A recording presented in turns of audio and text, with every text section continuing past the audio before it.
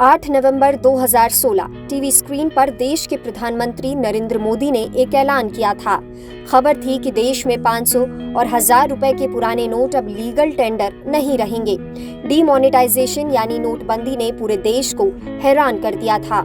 RBI ने पुराने नोटों को बदलने के लिए कुछ दिनों का समय भी दिया था।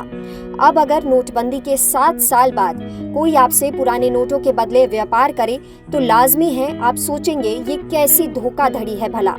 हालांकि ऐसा सच में हुआ है। खबर उत्तर प्रदेश के बरेली से है, जहां भक्तों ने भगवान को ही चूना लगा दिया। दरअसल श्यामतगंज के श्री साईं श्याम मंदिर में कुछ भक्तों ने मंदिर की दानपेटी में 500 के पुराने नोट डाल दिए। नोटबंदी के 7 साल बाद भी भक्त पुराने नोट भगवान को चढ़ा रहे हैं। अगर आपके पास दान करने के लिए रुपए नहीं है तो दान ना करें, लेकिन इस तरह से मानवता और लोगों की श्रद्धा को ठेस ना पहुंचाएं। ऐसे लोग इंसानों को तो धोखा दे सकते हैं, लेकिन भगवान को नहीं। ये शब्द हैं मंदिर के पुजारी पंडित सुशील कुमार पाठक के।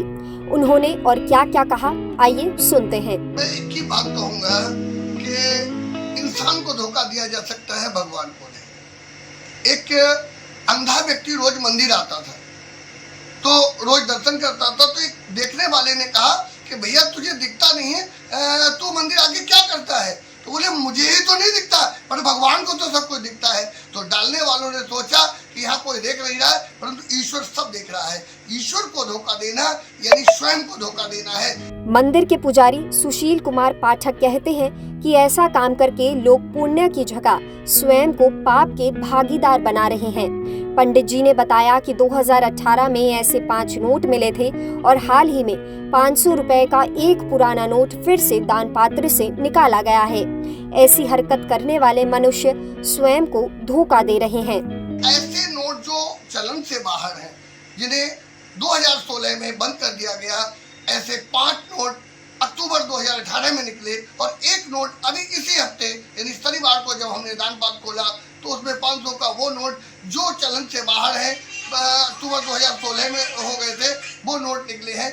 ऐसे नोट डालना यानी ईश्वर को धोखा देना। ईश्वर को धोखा कौन दे सकता है? यानी स्वयं को धोखा दे रहे हैं ऐसे नोट डालकर। जो अगर आपके पास है आप संभाल के रखिए, कुछ भी कर सकते हो, परंतु दान पात्र में डालना न डालना दोनों बराबर है। यानी धोखा देना ईश्वर को धोखा देने के समान कहलाएगा और इसका कोई पुण्य न मिलके पाप के भागी और बनो। लोकल 18 ने मंदिर के पुजारी से सवाल किया कि दान पात्र से निकाले गए नोटों का अब वो क्या करेंगे।